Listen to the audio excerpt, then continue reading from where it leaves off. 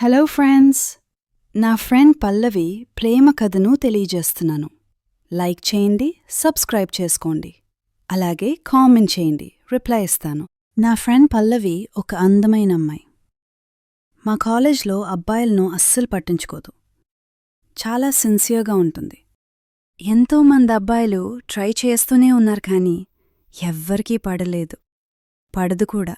కానీ ఒకరోజు ఒక అబ్బాయి బైక్పై కనిపించింది. నేను ఆశ్చర్యపోయాను. నిప్పులాంటి మనిషి ఆ అబ్బాయిని బిగ్గరగా కౌగిలించుకుని వెళ్లడమేమిటి? విషయమేమిటో రేపు కాలేజ్లో అడగాలననుకున్నాను. మరుసటి రోజు కాలేజీకి వచ్చింది. క్యాంటీన్లో కలిసింది. ఏంటి విషయం అని అడిగాను.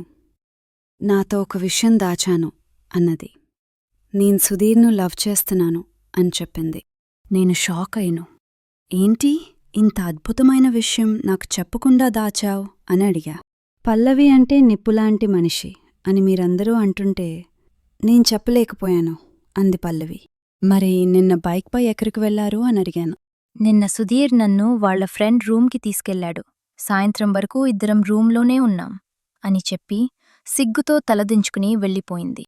నిప్పులాంటి మనిషి పల్లవి ప్రేమ కథ ఇలా జరిగింది ఫ్రెండ్స్. లైక్ చేయండి, సబ్స్క్రైబ్ చేసుకోండి, అలాగే కామెంట్ చేయండి, రిప్లై ఇస్తాను.